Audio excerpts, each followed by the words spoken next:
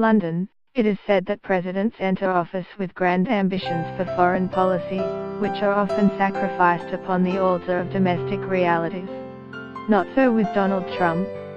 This US president has made no pretensions about his view of global affairs, America first. It is clear, however, that the president has caught something of a lucky break in the Middle East, with the stars aligning to produce the most dramatic coalition of anti-extremism partners seen since 9/11. After nearly a decade bereft of real American leadership in the Middle East, a change in the region's dynamics is overdue. Former President Barack Obama announced a pivot away from the Middle East and towards Asia in his first term. While this lasted about as long as the reset with Russia, it indicated the administration's distaste for the sort of messy and morally ambiguous choices which define any serious foray into the Middle East. This aversion, combined with the watered-down Iranian nuclear deal, opposed by both Israel and Saudi Arabia on the grounds that it would not accomplish its fundamental task, preventing Iran from becoming a nuclear-armed state, Obama's personal antipathy towards Israeli President Benjamin Netanyahu, and his failure to enforce his own red lines against Syrian President Bashar al-Assad, created the correct impression that those inclined to wreak havoc in the region could do so without fear of reprisals from America. Things are changing fast. Saudi Arabia and Israel have moved towards an understanding on Iran, their mutual enemy.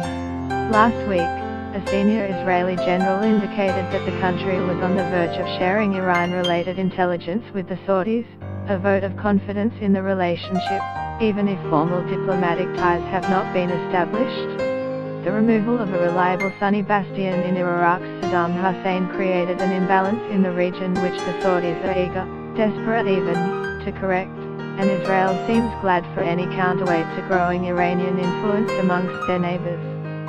Saudi Arabian Crown Prince Mohammed bin Salman has described Iran's supreme leader as the new Hitler, an obvious, emotionally charged pitch to Israel.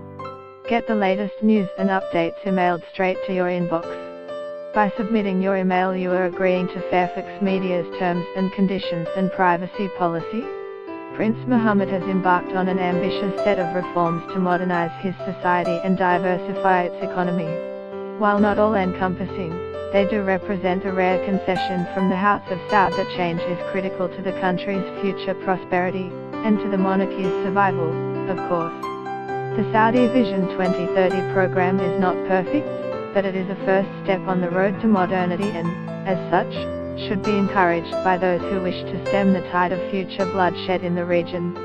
Trump's foreign policy may well be flawed, but he has brought to the Middle East situation an unwavering rhetorical support for the State of Israel and a commitment to defeat the Islamic State and other forms of extremism that threaten the safety of Americans at home and abroad.